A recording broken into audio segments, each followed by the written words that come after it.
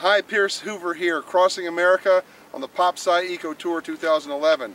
We've made it through the mountains and we're on the plains. We've come across Kansas.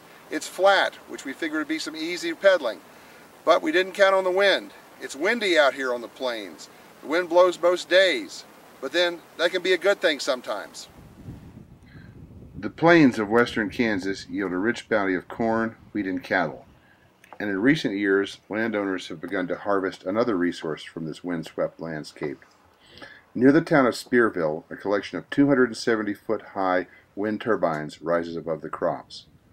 These high-tech windmills, manufactured by General Electric, can produce up to 1.5 megawatts apiece, while displacing less than a quarter acre of cropland. The Spearville array consists of 67 turbines, which can produce enough electricity for 33,000 homes. Next year, a second wind farm will be built near Spearville, employing the latest generation of turbines capable of generating up to 4 megawatts each. When you consider that a single turbine can power more than 2,300 homes, it's obvious that wind power will become an increasingly important part of our energy future.